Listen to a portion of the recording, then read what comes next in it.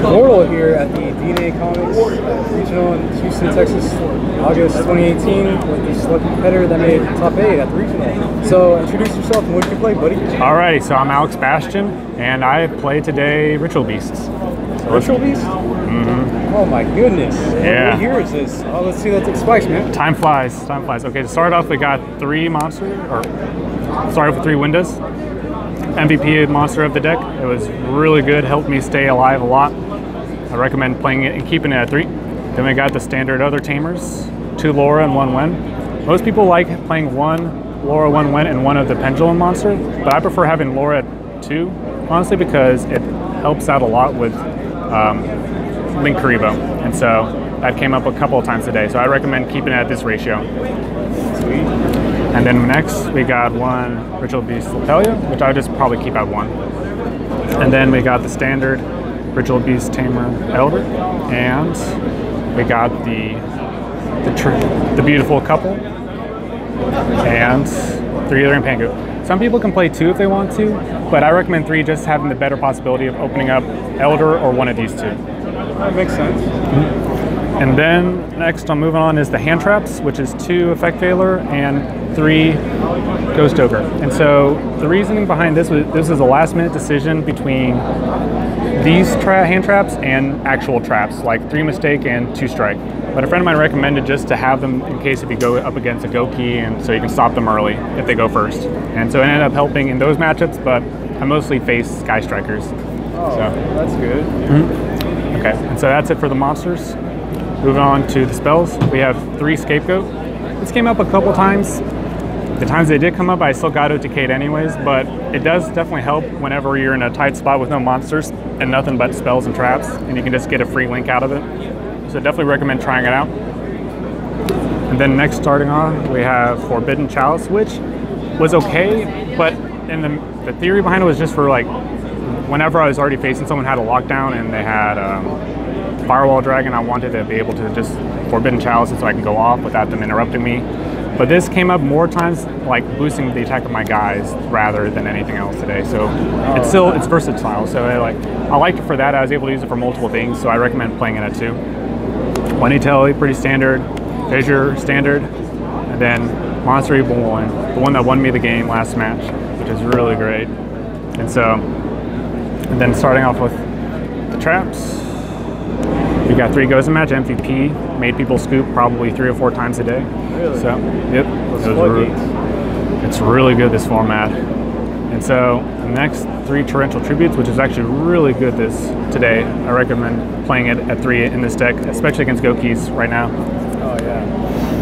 And then we got the 3 All-Powerful Steeds, and then we got... It's really good, this format. And then we got the 1 Ambush. The reason why behind this is because it's just bricking so much and you honestly don't need it at this point with Winda just keeping it floating. So this is just like a backup if you have nothing else. Okay. And so you don't need more than 1. Because if you don't, it just bricks a lot. And so having a 1, you don't brick as much if you draw into it. And so then the final trap is Macrocosmos, which didn't come as much as I wanted to because it got destroyed almost instantaneously. But Goes Match was the MVP, I would have to say. What's the main deck count?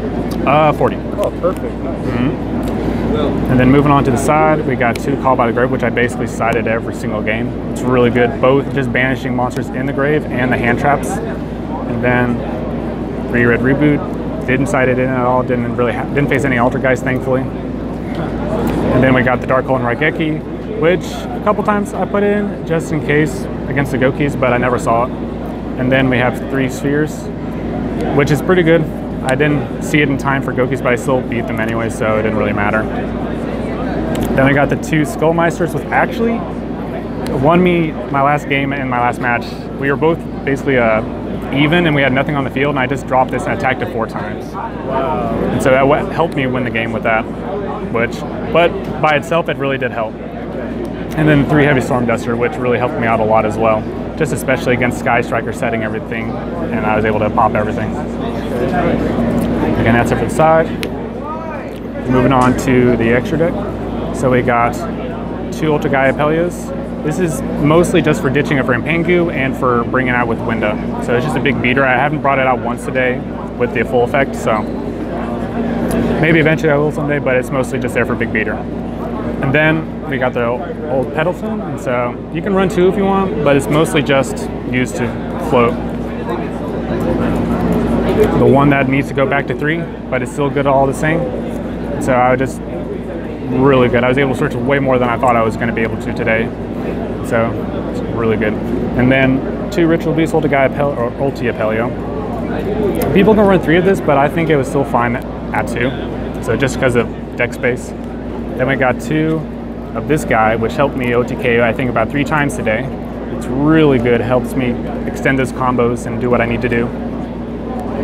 And for the non-Ritual Beast monsters, we got 2 Link Caribous, which, as I was saying earlier, helped out a lot with lore, with being level 1 and all that. Then we have the one I was trying to test out, Power Code Talker.